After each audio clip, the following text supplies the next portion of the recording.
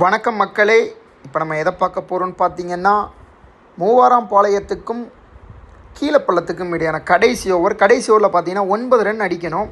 So ஸ்ட்ரைக்கில் வந்து batsman ரெடியாக இருக்கார். First ball short pitch ball. Edge பட்டு கீப்பர் தலைக்கு பின்னாடி போய் 4 ரன் கிடைக்கும். 4ங்க, சூப்பர். 5 பாலுக்கு 5 ரன் ஆயிடுச்சு. செகண்ட் ஒன் என்ன நடக்க போகுது? ஸோ லெக் சைடு அடிக்கப்பட்ட பந்து கண்டிப்பாக 2 ரன் கிடைக்குங்க. ஸ்கொயர் லெக் தாண்டி போயிருக்கு. 2 ரன் கண்டிப்பாக கிடைக்கும். 2 ரன் ஓடிட்டாங்க. ஈஸி 2. 4 பாலுக்கு 3 run.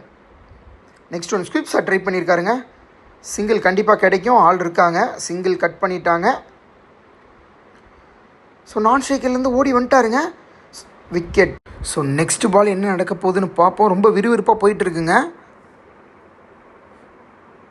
Next one. So fielding செட்டப்லாம் மாற்றுறாங்க.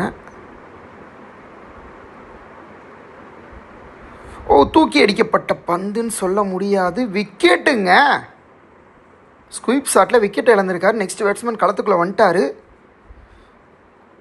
2 பாலுக்கு 2 ரன் அடிக்கணுங்க. சூப்பர் ஓவர் அப்பாமா. கீப்பர் மிஸ் பண்ணிட்டாருங்க. 1 ரன்னுங்க. ஓடிட்டாங்க. மேட்ச் ட்ராவ் ஆகிருச்சு. ஸோ லாஸ்ட் பாலில் வந்து பார்த்தீங்கன்னா 1 ரன் அடித்தால் மூவாரான் பாளையம் அணி வந்து வெற்றி பெறுவாங்க. ஸோ பேட்ஸ்மேன் ஆன் ஸ்ட்ரைக்குங்க. கடைசி பால்.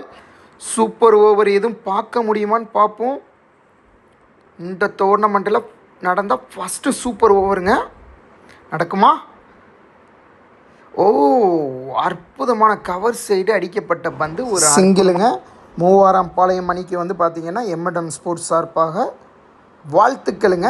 தோல்வி பெற்ற அணிக்குமே வந்து வாழ்த்துக்கள். நன்றி, வணக்கம்.